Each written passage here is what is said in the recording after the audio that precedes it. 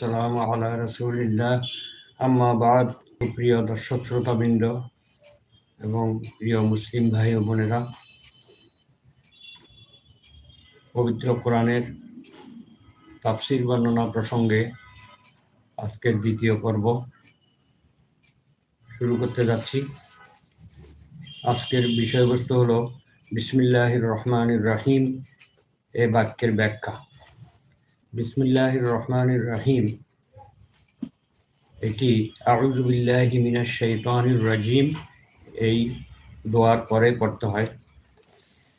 তো এই বিসমিল্লাহির রহমানির রহিম এটি পবিত্র কোরআনের আয়াত কিনা এ ব্যাপারে মতভেদ রয়েছে। বিখ্যাত সাহাবী আব্দুল্লাহ ইবনে আব্বাস, আবু হুরায়রা, আলী ইবনে আবি তালিব রাদিয়াল্লাহু আনহুম তারা বলেছেন, সূরা তাওবা ব্যতীত প্রত্যেক সূরার একটি পৃথক এবং স্বতন্ত্র আয়াত হিসেবে বিসমিল্লাহির রহমানির রহিম নাজিল করা হয়েছে। ইসহাক ইবনে রাহওয়াই, আব্দুল্লাহ ইবনে মুবারক, ইমাম শাফিঈ, ইমাম আহমদ ওনাদের একটি কওলে একই মত প্রকাশ করা হয়েছে। ইমাম মালিক এবং আবু হানিফা রাহিমাহুল্লাহ এবং তার অনুসারীগণ বলেন যে সূরা ফাতিহার আয়াত বিসমিল্লাহির রহমানির রহিম নয় এবং এটি অন্য কোনো সূরার আয়াতও নয়। যাই হোক, বিশুদ্ধ মত অনুযায়ী এটি পবিত্র কোরআনের একটি স্বতন্ত্র আয়াত, যা প্রত্যেকটি সূরার শুরুতে মহান আল্লাহ তাআলা স্বতন্ত্রভাবে নাজিল করেছেন এবং আল্লাহ তাআলার নির্দেশেই মহানবী সাল্লাল্লাহু আলাইহি ওয়াসাল্লাম প্রত্যেক সূরার শুরুতে বিসমিল্লাহ লিপিবদ্ধ করার নির্দেশ দিয়েছেন। আরেকটি বিষয় হলো যে এই আয়াতটি সূরা নাহলের ৩০ নম্বর আয়াতেও পবিত্র কোরআনের ভিতরেই এটা বর্ণনা রয়েছে, এই আয়াতটি রয়েছে। সুতরাং এটি পবিত্র কোরআনের একটি স্বতন্ত্র আয়াত হিসেবে অবতীর্ণ হয়েছে, এতে কোনো সন্দেহ নেই। এবারে আমরা বিসমিল্লাহির রহমানির রহিম বাক্যটির একটি বিশ্লেষণ করব। বিসমিল্লাহি মানে আল্লাহর নামের দ্বারা। বা শব্দটি বিভিন্ন অর্থে ব্যবহৃত হয় আরবিতে। বিইসমিল্লাহি অর্থাৎ আল্লাহ তাআলার নামের সাহায্যে। রহমানির রহিম যিনি পরম করুণাময়, অসীম দয়ালু। তো এখানে এই বাক্যের শুরুতে একটি ক্রিয়াপদ উর্জে রয়েছে। আমরা যেই কাজটি আরম্ভ করব সেই কাজের একটি ক্রিয়াপদ এখানে উর্জে রয়েছে। যেমন আমরা যদি পাঠ করার শুরুতে বিসমিল্লাহির রহমানির রহিম পড়ি, তাহলে তার আগে আকরাউ বিসমিল্লাহির রহমানির রহিম অর্থাৎ আমি আল্লাহর নামে পাঠ করতেছি। অথবা বলা যায় যে আতলু বিসমিল্লাহির রহমানির রহিম আমি মহান আল্লাহ তাআলার নামে তেলাওয়াত করিতেছি। এভাবে কেউ যদি কোনো কাজ শুরু করতে যায়, সে বলবে আশরাউ বিসমিল্লাহির রহমানির রহিম অথবা আবতাদিউ বিসমিল্লাহির রহমানির রহিম আমি আল্লাহর নামে শুরু করছি। আশরাউ তো শুরু করছি, আবতাদিউ মানেও শুরু করছি বা আরম্ভ করছি। এইভাবে যেই কাজই আমরা করতে যাই না কেন, বিসমিল্লাহর শুরুতে একটি এরকম ক্রিয়াপদ উজ্জ থাকবে। যেমন আমি ভ্রমণ করতে যাচ্ছি, আল্লাহর নামে আমি ভ্রমণ করতে যাচ্ছি। এভাবে আমি খেতে যাচ্ছি, আল্লাহর নামে আমি খাওয়া শুরু করছি। আল্লাহর নামে আমি ঘুমাতে যাচ্ছি। এইভাবে প্রত্যেকটি কাজের একটি পদ, ক্রিয়াপদ এখানে উজ্জ মেনে নিতে হবে। বিসমিল্লাহির রহমানির রহিম বাক্যটির পুরো অর্থ হলো আমি পরম করুণাময়, অসীম দয়ালু আল্লাহ তাআলার নামে শুরু করছি। এখন আমরা আউযু বিল্লাহি মিনাশ শাইতানির রাজিম পাঠ করার পরে বিসমিল্লাহির রহমানির রহিম আমরা কেন পাঠ করব? কারণ মহান আল্লাহ তাআলা আমাদেরকে পাঠ করার জন্য নির্দেশ দিয়েছেন। যেমন পবিত্র কোরআনের প্রথম অবতীর্ণ আয়াতের মধ্যে আল্লাহ বলছেন ইকরা বিসমি রাব্বিকাল্লাযী খালাক, পড়ো তোমার প্রভুর নামে যিনি সৃষ্টি করেছেন। এটি সূরা আলাকের প্রথম আয়াত, সর্বপ্রথম অবতীর্ণ 5 আয়াতের মধ্যে একটি।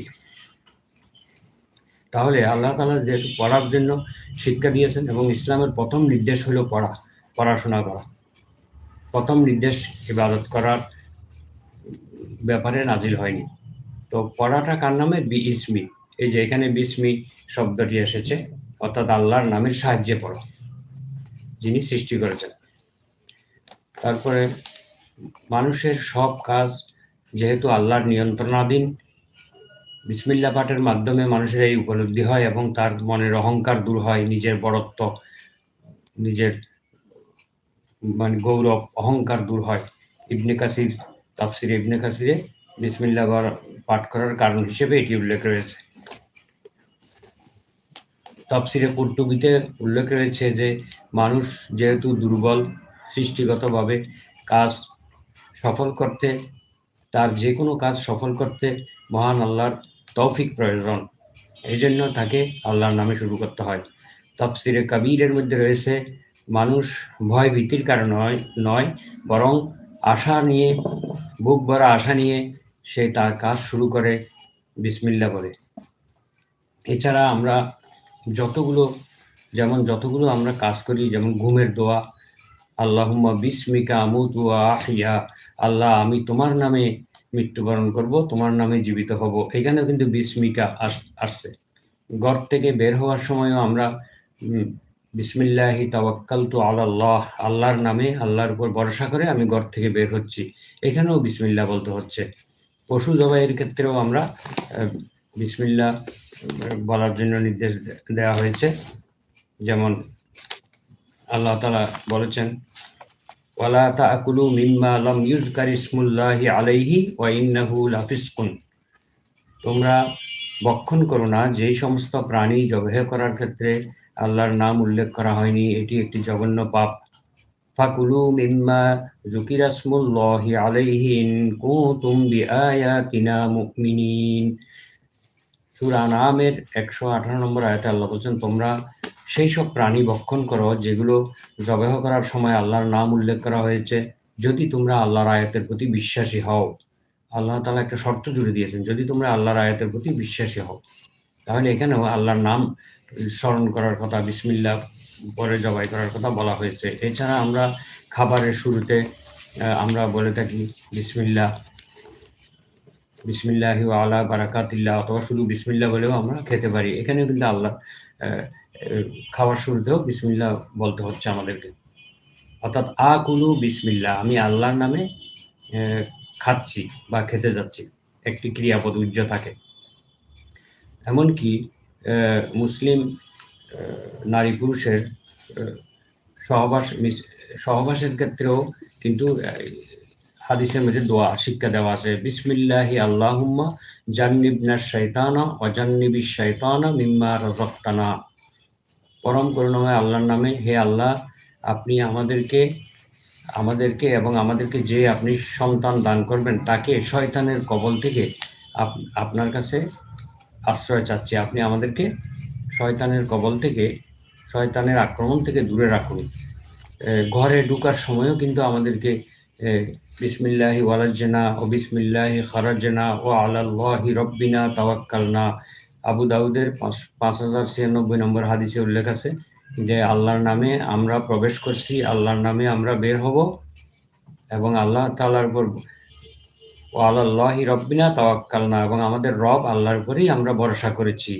হাদিসে এসেছে যে ঘরে ঢোকার সময় যদি কেউ দোয়াটি না পড়ে, আল্লাহর নামে প্রবেশ না করে এবং আল্লাহর নামে যদি খাওয়া দাওয়া শুরু না করে, তাহলে তাদের কি হবে সে ব্যাপারে আমরা একটা হাদিস শুনবো। হযরত জাবের ইবনে আব্দুল্লাহ রাদিয়াল্লাহু আনহু থেকে বর্ণিত, তিনি বলেন, রাসূলুল্লাহ সাল্লাল্লাহু আলাইহি ওয়াসাল্লাম ইরশাদ করেছেন, ইজা দাখালার রাজুলু বাইতাহু ফাযাকারাল্লাহা ইনদা দুখুলিহি, যখন কোনো মানুষ বাহিরের থেকে এসে বাড়িতে প্রবেশ করে, তখন যদি সে প্রবেশের সময় আল্লাহর নাম স্মরণ করে, অর্থাৎ বিসমিল্লাহি ওয়ালাজ্না ও বিসমিল্লাহি খারাজনা ও আলাল্লাহি রব্বিনা তাওয়াক্কালনা, এই যে সুন্নত দোয়া, এটি যদি না পড়ে, ও ইনদা তাআমিহি, বান্দা যদি ঢোকার সময় যদি বিসমিল্লাহ বলে এবং খাওয়ার সময় যদি বিসমিল্লাহ বলে, তখন শয়তান বলে লা মাবিতা লাকুম, শয়তানের দলবলকে বলে তোমাদের জন্য আজকে রাত্রি যাপনের কোনো জায়গা নেই, ওয়ালা আশা, এবং রাত্রের খাবারের ডিনারেরও কোনো ব্যবস্থা নেই। ওয়াইদা দাখালা ফালাম ইয়াজকুরিল্লাহ ইনদা দুখুলিহি, আর যখন ব্যক্তি ঘরে প্রবেশ করে তখন যদি প্রবেশের সময় সে বিসমিল্লাহ না বলে, ক্বালা শাইতানু, শয়তান বলে, আদরাকতুমুল মাবিত, তার দলবলকে বলে যে তোমরা আজকে রাত্রি যাপনের জায়গা পেয়ে গেছো, আসো এই ঘরে ঢুকে যাও। তখন সবাই দলবল সহ ওই বাড়িতে প্রবেশ করে। ওয়াইজা লাম ইয়াজকুরিল্লাহ ইনদা তাআমিহি, আর ওই ব্যক্তি যখন খাওয়ার সময় আল্লাহর নাম স্মরণ না করে, বিসমিল্লাহ না বলে, ক্বালা আদরাকতুমুল মাবিতা ওয়াল আশা, তখন শয়তান তার দলবলকে বলে তোমরা আজকে রাত্রি যাপনের জায়গাও পেয়ে গেছো এবং আজকে রাত্রে খাবারের ব্যবস্থাও হয়ে গেছে। বিভিন্ন বর্ণনায় এই হাদিসটি কিতাবুল আশরিবা মুসলিম শরীফের 2018 নম্বর হাদিস হিসেবে উল্লেখ রয়েছে। এছাড়া আরও বিভিন্ন হাদিসে এবং বিভিন্ন গ্রন্থে এসেছে যে এই শয়তান তার দলবল সহ ওই বাড়িতে নানা রকম কার্যক্রমে ব্যাঘাত সৃষ্টি করে, ইবাদতে ব্যাঘাত সৃষ্টি করে, খাওয়া দাওয়ার ক্ষেত্রে সে অংশগ্রহণ করে, এমনকি ওই বাড়ির সবার বিভিন্ন ধরনের অসুবিধার সৃষ্টি করে। এছাড়া বিসমিল্লাহ পাঠ করার এইটাই হলো একটা কারণ যে বিসমিল্লাহ পাঠ করলে শয়তান আর অংশগ্রহণ করতে পারে না, না হলে কিন্তু সকল কাজে শয়তান অংশগ্রহণ করে। তাফসিরে তাবারিতে এটা উল্লেখ রয়েছে। আর তাফসিরে মাআলিমুত তানজিলের উল্লেখ রয়েছে যে বান্দা বিসমিল্লাহ বলার মাধ্যমে ঘোষণা দেয় যে একমাত্র সে আল্লাহর উপর নির্ভরশীল, আল্লাহ ছাড়া আর কারো উপরে সে নির্ভরশীল নয়। তাফসিরে মাআলিমুত তানজিলে আরও উল্লেখ রয়েছে যে বান্দা বিসমিল্লাহ বলার কারণে সে কর্মক্ষেত্রে তাওহীদের বাস্তব প্রয়োগ করে, সে যে তাওহীদবাদী সেটার প্রমাণ পাওয়া যায়। আরেকটি কারণ হলো পৃথিবীতে যত নবী রাসূল প্রেরিত হয়েছেন সবাই গুরুত্বপূর্ণ কাজ করার শুরুতে বিসমিল্লাহ পাঠ করতেন। এই বিষয়টি উল্লেখ রয়েছে আত-তাহরীর ওয়াত তানবীর নামক তাফসীর গ্রন্থে। এছাড়া সূরা নমলের 30 নম্বর আয়াতে উল্লেখ রয়েছে সুলাইমান আলাইহিস সালাম আল্লাহর একজন নবী ছিলেন এবং সারা পৃথিবীর বাদশা ছিলেন। তিনি সাবার রানী বিলকিসের কাছে একটা পত্র লিখেছিলেন। এই পত্রের শুরুতে তিনি লিখেছিলেন ইন্নাহু মিন সুলাইমান ওয়া ইন্নাহু বিসমিল্লাহির রহমানির রহিম। এই পত্র নবী সুলাইমান আলাইহিস সালামের পক্ষ থেকে এবং এটি পরম করুণাময় অসীম দয়ালু আল্লাহর নামে শুরু করছে। তাহলে এই সূরা নমলে এই আয়াতটি উল্লেখ রয়েছে। আর বিসমিল্লাহ পাঠ করার মাধ্যমে দুনিয়ার কাজগুলো ইবাদতে পরিণত হয়। আমরা যতগুলো কাজ করি, ভালো কাজ করি, সব কাজগুলো আমাদের আল্লাহর ইবাদতে পরিণত হয়। এই ব্যাপারে মহানবী সাল্লাল্লাহু আলাইহি ওয়াসাল্লাম ইরশাদ করেছেন যে কুল্লু আমরিন জিবালিন লাম ইউবদা বিবিসমিল্লাহি ফাহুয়া আবতার। কোনো হাদিসে আছে ফাহুয়া আবতার, অর্থাৎ প্রত্যেক গুরুত্বপূর্ণ কাজ যদি আল্লাহর নাম ব্যতীত শুরু করা হয়, আল্লাহর নাম পাঠ করা না হয়, তাহলে ওই কাজটি অসম্পূর্ণ থেকে যায়, গুরুত্বহীন হয়ে যায়, বরকত শূন্য হয়ে যায়। আবু দাউদ শরীফের ৭৫ নম্বর হাদিস, মুসনাদে আহমদের ৪১ নম্বর হাদিস, তিরমিজি শরীফের ১১৫ নম্বর হাদিসে উল্লেখ রয়েছে যে যে ব্যক্তি অজুর শুরুতে বিসমিল্লাহ বলবে না তার অজু হবে না। এটি হাসান হাদিস। এই হাদিসটি হাসান বলে সকল মুহাদ্দিস উল্লেখ করেছেন। আমরা যে অজুর দোয়া করি বিসমিল্লাহিল আলিয়্যিল আযীম আলহামদুলিল্লাহি আলা দীনিল ইসলাম, এইটি একটি বানাওয়ার দোয়া, এটি কোনো হাদিস গ্রন্থে আসেনি। আমরা অজু করার শুরুতে বিসমিল্লাহ বলে অজু শুরু করব। যে দোয়াটি প্রচলিত রয়েছে বিভিন্ন চটি বইয়ের মধ্যে উল্লেখ রয়েছে, এটি কোনো অজুর দোয়া নয়। আমরা শুধু বিসমিল্লাহ বলে অজু করব। আর অজুর শেষে নির্দিষ্ট 3টি দোয়া আছে, এগুলো আমরা পাঠ করব। কালেমা শাহাদাত পাঠ করব, আরও যে দোয়াগুলো আছে সেগুলো পাঠ করব। এরপরে হলো আল্লাহ। আল্লাহ শব্দটি হলো ইসমে আজম, অর্থাৎ একটি মহান নাম। এই কারণ এটি হচ্ছে এমন একটি নাম যার সঙ্গে বিভিন্ন ধরনের গুণাবলী যুক্ত হয়। যেমন পবিত্র কোরআনে আল্লাহর নামের সাথে অসংখ্য গুণাবলী উল্লেখ করা হয়েছে। যদি আমরা সূরা হাশরের শেষ আয়াতগুলোর দিকে খেয়াল করি, যেখানে বলা হয়েছে হুয়াল্লাহুল্লাযী লা ইলাহা ইল্লা হু, আল মালিকুল কুদ্দুসুস সালামুল মুমিনুল মুহাইমিনুল আজিজুল জব্বারুল মুতাকাব্বির। এখানে বলা হচ্ছে যে তিনি সে আল্লাহ যিনি ছাড়া আর কোনো প্রকৃত কোনো উপাস্য নেই, সত্যিকারের কোনো উপাস্য নেই। তিনি জব্বার, তিনি কাহ্হার, খালেক, সমস্ত গুণাবলী কিন্তু এই আল্লাহ শব্দের সঙ্গে যুক্ত হয়। এই জন্য এই আল্লাহ শব্দটি হলো ইসমে আজম বা এটি মহান নাম। পবিত্র কোরআনে আল্লাহ সূরা আরাফের 180 নম্বর আয়াতে বলেছেন, ওয়ালিল্লাহিল আসমাউল হুসনা ফাদউহু বিহা। আল্লাহ তাআলার অসংখ্য নাম রয়েছে, সুন্দর সুন্দর নাম রয়েছে, তোমরা সেই নামগুলো ধরে ডাকো, তাকে সেই নামগুলো ধরে ডাকো। অর্থাৎ আমরা যখন দোয়া করব তখন আল্লাহ তাআলার সেই নামগুলো দিয়েই দোয়া করব। অর্থাৎ আল্লাহ তোমার রহমান নামের উসিলায়, তোমার রহিম নামের উসিলায়, তোমার জব্বার নামের উসিলায়, তোমার কাহ্হার নামের উসিলায় আমাদেরকে মাফ করে দাও, আমাদের এই দোয়া কবুল করো। এভাবে আমরা আল্লাহর নামের সাহায্যে দোয়া করলে সবচেয়ে বেশি কবুল হবে। তো আর রহমান, এরপর আছে আর রহমানির রহিম। আর রহমান শব্দটি হলো অধিক অর্থবোধক, রহিমের চাইতে আর রহমান শব্দটি অধিক অর্থবোধক একটি শব্দ। আরবিতে যখন কোনো শব্দ বেশি অক্ষর দ্বারা গঠিত হয় তখন সেটির অর্থ ব্যাপকভাবে প্রকাশ করে। আর রহমানু ফিদ দুনিয়া, দুনিয়াতে আল্লাহ তাআলা পরম করুণাময়। তিনি মুমিন, কাফির, মুনাফিক, আল্লাহকে অস্বীকার করে, আল্লাহকে মানে না, আল্লাহর ইবাদত করে না, সব ধরনের মানুষকে, সব ধরনের মানুষ, জিন এবং সকল প্রাণীকে তিনি এই পৃথিবীতে সমানভাবে সুযোগ সুবিধা দিয়ে যাচ্ছেন। সবার জন্য পানি, অক্সিজেন, খাবার, এই পৃথিবীর সকল সুযোগ সুবিধা অবারিত রয়েছে। এই জন্য তাফসীরকারগণ বলেছেন যে আর রহমানু ফিদ দুনিয়া, তিনি দুনিয়াতে রহমান, কেউ মানলেও না মানলেও সবাইকে তিনি রিজিক দেবেন, তাদেরকে দুনিয়াতে নির্দিষ্ট সময়কাল অতিবাহিত করার সুযোগ দিবেন। এটাই আল্লাহ তাআলার অঙ্গীকার। আর বিশেষ করে তিনি একমাত্র তার সকল দয়া সব কিছু উন্মুক্ত করে দেবেন একমাত্র মুমিনের জন্য কিয়ামতের দিন। পবিত্র কোরআনের বিভিন্ন আয়াতে এই কথাগুলো উল্লেখ আছে।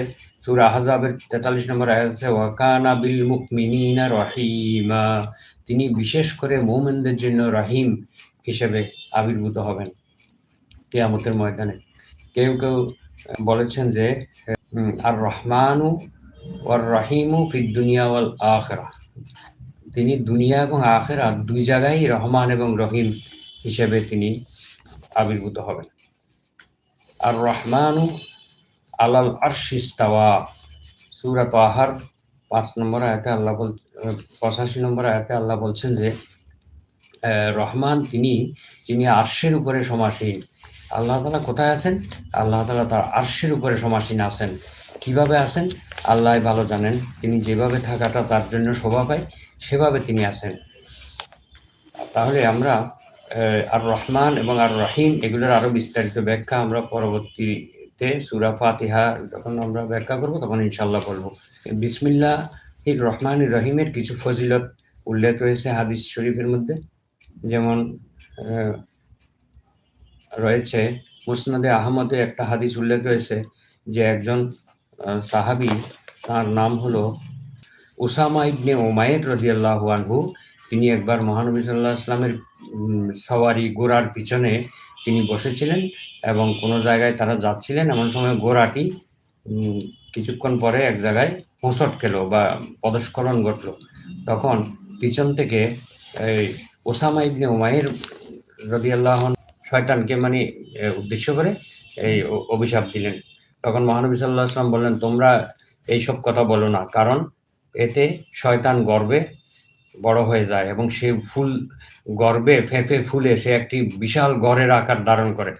আর যখন তোমরা বিসমিল্লাহ বলো তখন এতে শয়তান ছোট হতে হতে একেবারে মাছির মতো হয়ে যায়। সুতরাং শয়তানকে কখনো অভিশাপ এবং গালিগালাজ করা যাবে না, বরং শয়তান থেকে আল্লাহ তাআলার কাছে আশ্রয় চাইতে হবে। আমরা প্রথম পর্বে আউযু বিল্লাহি মিনাশ শাইতানির রাজিমের ব্যাখ্যায় এগুলো বিস্তারিত আলোচনা করেছি। সুতরাং আমাদের প্রতিটি কাজের শুরুতে বিসমিল্লাহ পাঠ করা আমাদের জন্য খুবই কল্যাণকর। আমাদের কাজগুলি সুন্দরভাবে সুসম্পন্ন হবে। কোনো কাজ বাধাগ্রস্ত হবে না এবং ওইসব কাজে আল্লাহর সাহায্য আমরা লাভ করব এবং ওই কাজগুলি আমাদের জন্য ইবাদতে পরিণত হবে এবং আমরা দুনিয়া এবং আখিরাতে এর অত্যন্ত সওয়াব লাভ করব। সুবহানাকা আল্লাহুম্মা ওয়া বিহামদিকা আশহাদু আল্লা ইলাহা ইল্লা আনতা আস্তাগফিরুকা ওয়া আতুবু ইলাইক। আসসালামু আলাইকুম ওয়া রাহমাতুল্লাহি ওয়া বারাকাতুহু।